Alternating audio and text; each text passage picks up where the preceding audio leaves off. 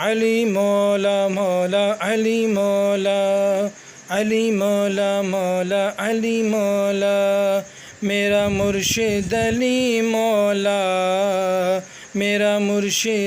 الحمد للہ رب العالمین والصلاة والسلام علی سید الانبیاء والمرسلین اما بعد فاعوذ باللہ من الشیطان الرجیم بسم اللہ الرحمن الرحیم. قال اللہ تبارک و تعالی فی القرآن المجید والفرقان الحمید ان اللہ وملائکتہ یصلون علی النبی یا ایہا الذین آمنوا صلوا علیہ وسلموا تسلیما. اللہم صل علی سیدنا و مولانا محمد وبارک وسلم وصلوا علیہ. برادران اسلام، اے نبی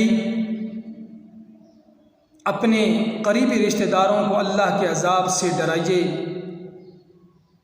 الشورى میں نازل ہوئی تو رسول اللہ صلی اللہ تعالی علیہ وآلہ وسلم نے اپنے قریبی رشتہ داروں بنو ہاشم کو ایک دن کھانے پر بلایا اور کھانے کے بعد اسلام کی دعوت دی تو کسی نے کان نہ دھرا.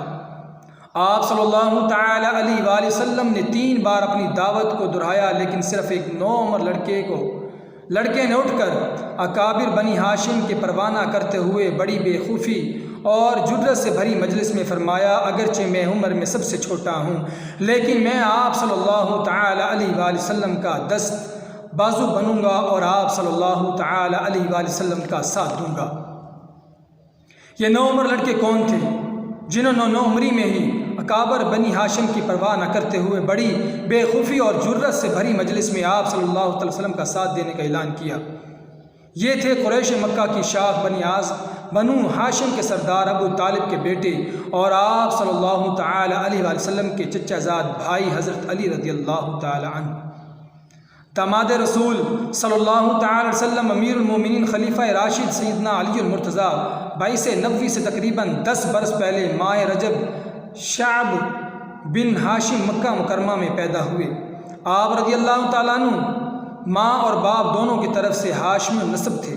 والد کا نام ابو طالب بن عبد المطلب بن ہاشم بن عبد المناف بن قصا تھا اور والدہ کا نام فاطمہ بنت اسد بن ہاشم بن عبد المناف بن قصا. جناب ابو طالب جناب رسالت مآب صلی اللہ تعالی وسلم کے حقیقی چچا تھے. والدہ نے اس نومولود کا نام اسد یا زید رکھا. والد نے تبدیل کر کے علی نام تجویز کر دیا.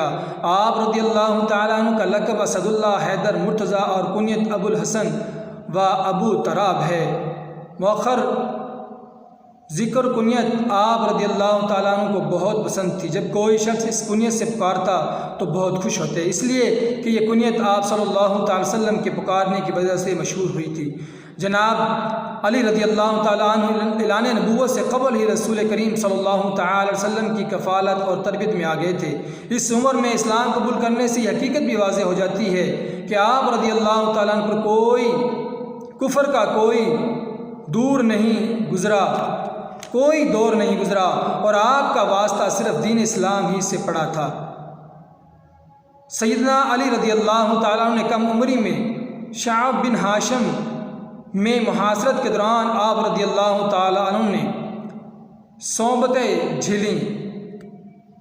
آپ رضی اللہ تعالیٰ عنہ کے کم عمری ہی میں تبلیغ اسلام اور اجنبی لوگوں کو خفیہ اور دنائی کے ساتھ آپ صلی اللہ علیہ وسلم تک پہنچاتے تھے.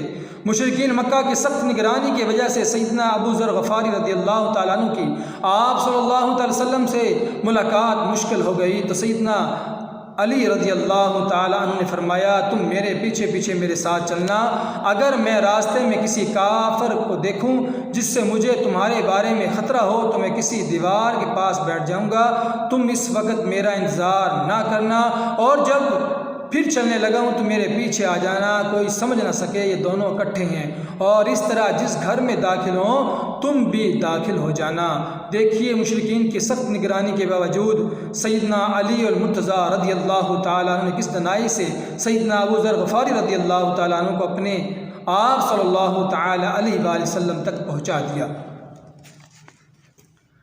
سیدنا علی المرتضی رضی اللہ تعالیٰ عنہ تقریباً 30 سال کی عمر تک مکہ میں حضور صلی اللہ تعالی وسلم کی تربیت اور رفاقت میں رہے. لکھنا پڑھنا سیکھا جنگی فنون میں مہارت حاصل کی، حضور نبی کریم صلی اللہ تعالی علیہ وآلہ وسلم سے بہترین دینی اخلاق کی روحانی تعلیم تربیت حاصل کی اور اپنی زندگی کی بقیہ اوقات حضور صلی اللہ علیہ وسلم کی رفاقت حمایت کے لیے وقف کر دیے۔ آپ صلی اللہ تعالی علیہ وسلم کی خلوت و جلوت کی مجلسوں اور دعوت و تبلیغ کی سرگرمیوں میں ساتھ رہے، کاتب وہی بھی رہے۔ جب مشرکین مکہ کی اظہار ثانی سے حد سے بڑھ گئی تو مدینہ کی طرف ہجرت کا حکم خداوندی آ گیا۔ حضور نبی کریم صلی اللہ تعالی وسلم خود سیدنا ابوبکر صدیق رضی اللہ تعالیٰ عنہ کو ہمراہ لے کر عاجزم مدینہ ہوئے، چونکہ صادق و امین صلی اللہ علیہ وسلم کے پاس اہل مکہ کی مانتے رکھی تھی، اس لیے آپ صلی اللہ تعالی وسلم نے سیدنا علی المرتضی رضی اللہ تعالیٰ عنہ کو حکم دیا کہ لوگوں کی مانتے واپس کر کے مدینے چلے آنا۔ ہجرت کی شب بستر نبوی پر آپ صلی اللہ تعالی وسلم کی چادر اوڑھ کر سونا اور لوگوں کی مانتوں کو بحفاظت سپرد کی۔ آپ رضی اللہ تعالیٰ عنہ کی جان نثاری کا ایک بے مثال واقعہ ہے۔ بستر رسول صلی اللہ تعالی وسلم پر سونے کا اعجاز کسی اور صحابی کے حصے میں نہ آیا۔ مدینہ منورہ پہنچ کر سیدنا علی المرتضی رضی اللہ تعالیٰ عنہ کی اس فعال و سرگرم زندگی کا آغاز ہوا جس نے انہیں اسد اللہ بنا دیا۔ مسجد نبوی کی تعمیر ہو یا غزوات بدر، احد، خندق، صلح حدیبیہ، فتح مکہ اور غزوہ حنین میں بھرپور شرکت کی۔ ان غزوات میں سیدنا علی المرتضی رضی اللہ تعالیٰ عنہ کی قوت و شجاعت، دلیری، جان بازی، فداکاری کے جوہر کھلے۔ انہوں نے رسول اللہ صلی اللہ تعالی علیہ وآلہ وسلم کی زیر قیادت تمام غزوات میں شرکت کی اور کارہائے نمایاں سر انجام دیے۔ خاص طور پر خیبر کی فتح، صلح حدیبیہ میں صلح نامہ کی تحریر اور واقعہ تبوک میں آپ صلی اللہ تعالی علیہ وسلم کی نیابت کا شرف بھی آپ رضی اللہ تعالی عنہ کے حصے میں آیا۔ شرف صحابیت کے بعد جو شرف آپ رضی اللہ تعالیٰ عنہ کے حصے میں آیا وہ رسول اللہ صلی اللہ تعالی علیہ وسلم کی دامادی ہے۔ جنگ بدر کے بعد آپ صلی اللہ علیہ وسلم نے اپنے محبوب ترین صاحبزادی سیدہ فاطمہ الزہرا رضی اللہ تعالی عنہ کی سیدنا علی المرتضی رضی اللہ تعالی عنہ سے شادی کر دی اور فرمایا، پیاری بیٹی، میں نے اپنے خاندان کے بہترین شخص سے تمہاری شادی کی ہے۔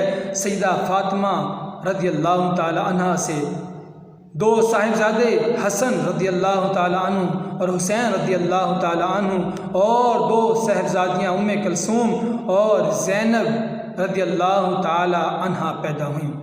سیدنا علی المرتضی رضی اللہ تعالیٰ عنہ کو اپنی شہادت کے متعلق نبی کریم صلی اللہ علیہ وسلم کی خبر کے مطابق پورا یقین تھا۔